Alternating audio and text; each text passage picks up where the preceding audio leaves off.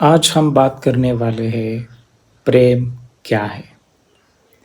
एक ऐसा व्यक्ति जो इतना महलों में रहा, उसके बाद उस व्यक्ति ने समस्त सतों के कल्याण के लिए घर बार छोड़ा और अंततः उसने एक बोधि वृक्ष के नीचे बैठकर पालथी मारकर समस्त सतों के कल्याण के बारे में सोच के अंतिमता उसने बुद्धत्व प्राप्त किया और अपनी प्रेम की वर्षा समस्त सतों पर बरसाई। मैं उसी व्यक्ति के बारे में बात कर रहा हूँ, सिद्धार्थ गौतम। मैं उसी स्त्री के बारे में बात कर रहा हूँ कि ऐसी स्त्री जो महल के पीछे के दरवाजे से बाहर जाकर के एक झोपड़ी में अनाथ बच्चों को खाना खिला रही है, नहला रही है। ऐसे ही एक व्यक्ति जो बोधिसत्व नाम से जाने जाते हैं, जिनका नाम सिद्धार्थ गौतम है, जब उनको देखते हैं तो काफ़ी प्रसन्न चित्त हो जाता है। मैं उसी प्रेम की बात कर रहा हूँ कि ऐसा प्रेम कि जो केवल एक प्रेमी तथा एक युगलों में नहीं होता है, बल्कि प्रेम समस्त सतों के कल्याण का कारण भी बन जाता है। प्रेम केवल हमें ये नहीं सिखाता है कि हमें आसक्ति में रहकर किसी और से ही प्यार होगा, ऐसा नहीं है। उसके लिए हमें प्रज्ञा का होना भी उतना ही अति आवश्यक है। प्रेम हमें ये भी बताता है कि किस प्रकार से हमें समता का अभ्यास करना है। प्रेम में है तो हम अपने अहम भाव से भी हमें उस अहम भाव को नीचे कुचल के समता का अभ्यास करके प्रेम को निभाना होता है। वो प्रेम माँ बाप से भी होता है, वो प्रेम हमें निसर्ग से भी होता है। वैसा ही प्रेम हमें एक छोटा बच्चा जिसको बोलना भी नहीं आता, जो अपनी माँ की उंगली पकड़कर चल रहा है, उससे भी होता है। कुछ ऐसी भी निर्जीव वस्तुएं होती है, उनसे भी हमें प्यार होता है। तो प्रेम की व्याख्या केवल किसी विशेष व्यक्ति तथा ग्रुप के लिए एक संबंधित नहीं है, बल्कि एक समस्त मानव जाति का कल्याण तथा उद्धार करने वाले भी है। हम अपने जीवन में इतनी व्यस्त हो चुके हैं कि कभी कभार इस प्रेम की व्याख्या भी भूल गए हैं। जिस तरीके से प्रेम को आसक्ति ने पकड़ लिया, तो वहाँ पर अहंकार निर्माण होगा और अहंकार के कारण ही व्यक्ति दुखी हो जाता है। उसमें उस प्रकार की शंकाएं आना, उस शंकाओं का निरसन नहीं होना, और बहुत सारे रिश्ते टूटते हैं। वो रिश्ते टूटते हैं एक प्रेमिका के संबंध में भी, वो रिश्ते टूटते हैं अपने परिवार के संबंधों में भी। तो शंकाओं का निर्माण होना और उसको निरसन नहीं करना भी एक प्रेम का अभाव है। उस प्रेम की बात आती है कि जब राधा भगवान श्री कृष्ण के बारे में भी सोचती है कि वो उनको कितने प्यार करते हैं।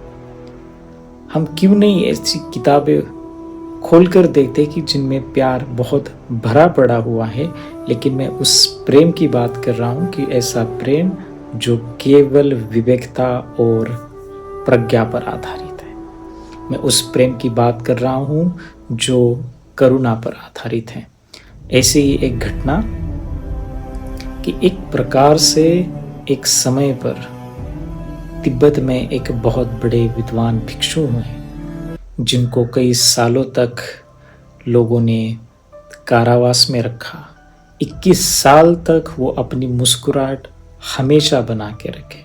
जब उनको पूरी तरह से रिहा कर दिया, जब वो परम पावन दलाई लामा जी से मिले, तो परम पावन दलाई लामा जी को मिलने के पश्चात उनके जो स्माइल थी वो वैसी ही बरकरार थी। प्रश्न पूछने पर परम पावन जी ने पूछा कि किस प्रकार से उन्होंने तुम्हें ट्रीट किया वहाँ पर, तो उन्होंने कहा कि मुझे बहुत अलग अलग यातनाएं दी, शारीरिक पीड़ाएं दी। तो दूसरा प्रश्न पूछा कि क्या तुम्हें डर नहीं लगा? तो कहते हैं बिल्कुल मुझे डर लगा, लेकिन इस बात का लगा कि जो लोग मुझ पर शारीरिक यातना मुझे दे रहे हैं, मानसिक तौर पर यातना दे रहे हैं, कहीं उनके प्रति मेरी करुणा कम ना हो जाए। तो प्रेम के साथ करुणा का होना भी उतना ही आवश्यक है जितना कि हमारे शरीर के लिए एक सांस का सहारा। बुद्धत्व प्राप्ति के लिए जिस प्रकार बोधिचित्त की आवश्यकता है, वैसे ही समस्त सतों के कल्याण तथा उनकी मानसिक दशा समझने के लिए हमें प्रेम की आवश्यकता है।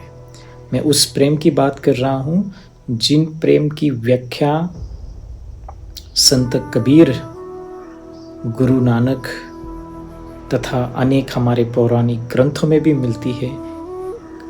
तो इस प्रश्न पर हम आते हैं कि हम अपने स्वयं से प्यार क्यों नहीं कर रहे हैं, और वो स्वयं का प्यार ही कहीं इस शंकाओं में तो अटका हुआ नहीं है कि क्या मैं आत्म केंद्रित वृत्ति का मनुष्य बन रहा हूँ कि जिसके कारण आने वाले भविष्य में मैं दुख का निर्माण करूँगा, और वो केवल मेरे ही लिए नहीं बल्कि समाज के लिए होगा। तो हम सजग रहे, सचेत रहे। प्रेम की व्याख्या कई संतों ने 2.5 अक्षरों में भी की है, लेकिन आवश्यक बात यह नहीं है कि केवल वह प्रेम की व्याख्या केवल एक स्त्री और पुरुष के बीच में ही लागू हो। वो सभी के लिए लागू होती है जिसने स्वयं को अपना प्यार करना सीख लिया, वो समस्त सतों के कल्याण के लिए सभी और प्रेम की दृष्टि से ही देखेगा। प्रेम एक ऐसा हथियार है कि जिसका इस्तेमाल करने से द्वेष जैसा दुश्मन पैरों को नीचे कुचल के राख हो जाता है। तो प्रेम का अभ्यास करें, और कैसे करें? साधना से करें, मुस्कुराहट से करें। आने वाले दुखों को मुस्कुराते हुए उनका सामना करना, और वह भी आगे जाकर बदलने वाला है।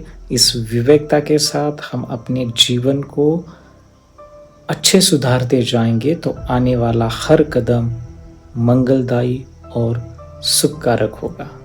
नमो बुद्धाय।